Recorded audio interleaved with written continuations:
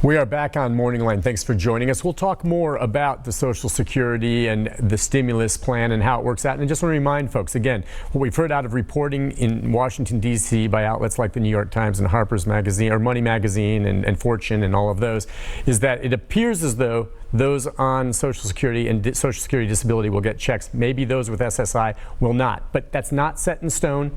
That's what we've heard, and we won't know for sure until this package is finally signed, sealed, and delivered, and that may not be until tomorrow or through the weekend. We'll certainly know by then. So you got to sit tight and wait on that, though I know many of you want to know. Now let's shift gears to a guest joining us as we're having all of our guests talking to them by Skype, and Butch Spyridon is joining us now. Appreciate, good morning to you, sir. It's nice to have you on. And Butch, of course, President and CEO of the Nashville, why do I keep saying National? Nashville Convention and Visitors Corporation. How are you, Butch?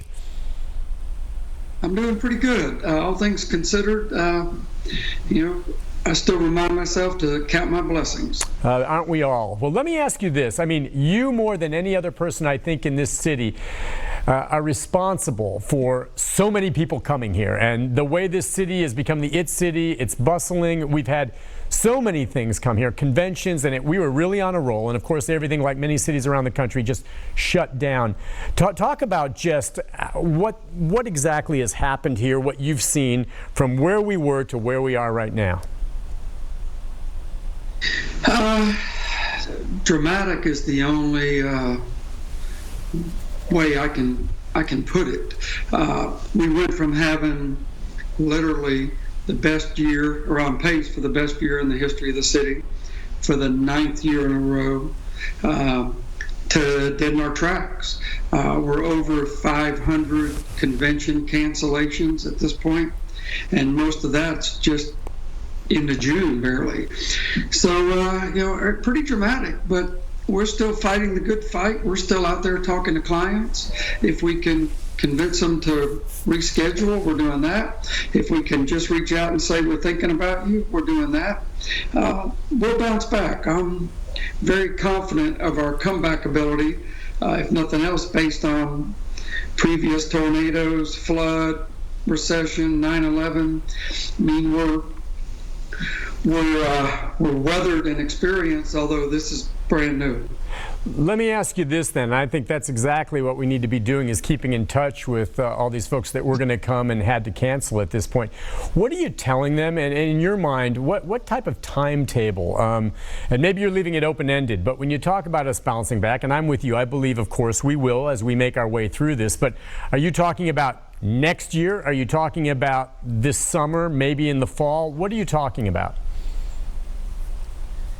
The earliest we've talked to anybody about is August. Okay. Most of anything rescheduled, we're looking at fall if we have any dates. I mean, the catch-22 for us is fall was stacked up pretty strong as well, so we don't have a lot of space. And I've got to get rid of her. So I guess what you're saying is the cancellations are now through how far? So you still have bookings that are in place for fall. I mean, where do the bookings fall off? What month? The heavy cancellations are March, April, May. Okay. There's decent amount in June, not a ton yet. And then maybe 1 or 2 in July, 1 or 2 in August, I think 1 in September. So most people are taking the intelligent wait and see. I will argue and talk with our clients, if you're more than 4 to 6 weeks out, wait a little bit. You wait till that 4 to 6 week period, then we certainly understand pulling the plug, but let's be smart. And as people worry about the economy, obviously we are as well. So it's a balancing act. Be intelligent, be prudent, don't be trigger happy, but also don't be foolish. You know, sometimes you can, to some degree, count your blessings. I was just thinking, as you talked about how last year was one of the best years in this city's history, how right around this time, of course, you were talking about the NFL draft, which, of course, last year was spectacular success. And now look at what's happening in Las Vegas, Butch. Kind of feel for them. Yeah, it's going to be a TV event.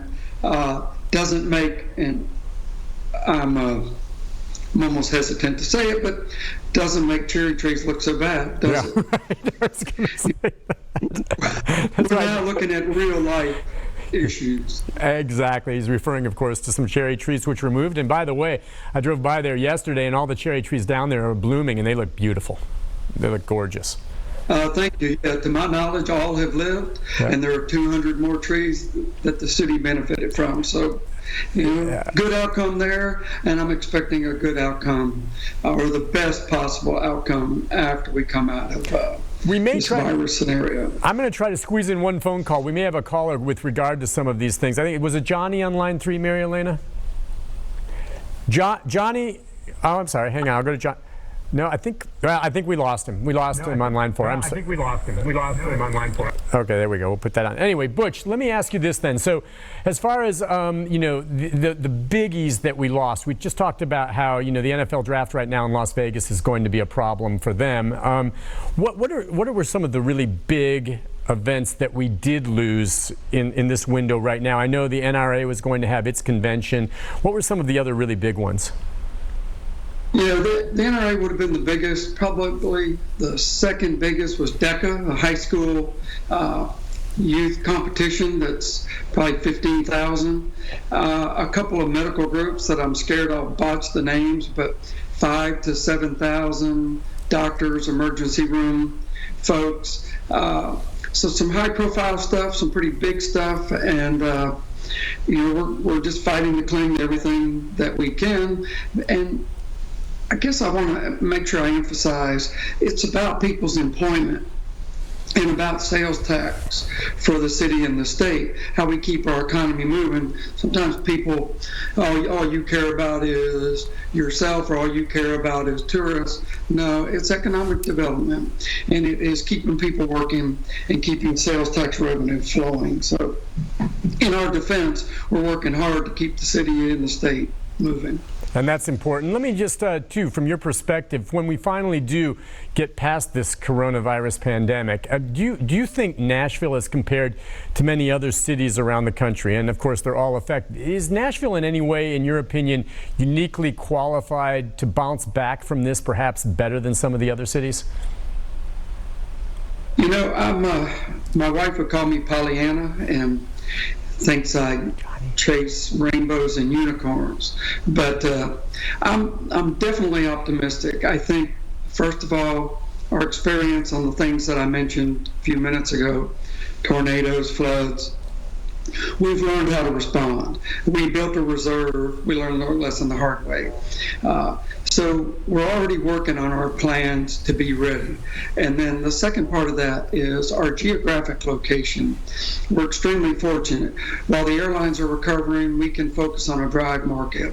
When the airlines are back up, we have the advantage of Southwest Airlines being a direct connect to a lot of our top markets and an affordable connect.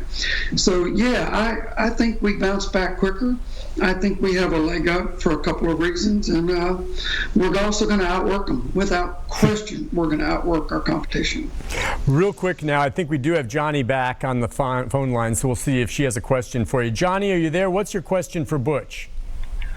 Yes, sir. I was wondering if you file taxes, and is it considered direct deposit if they put it on like H&R Block card or their tax card? Is that direct deposit, or you got to wait for the check? Oh, okay. And Butch, I'm sorry, you don't know about that. We're talking about the stimulus plan, and so many viewers right now are wondering about those stimulus checks coming out.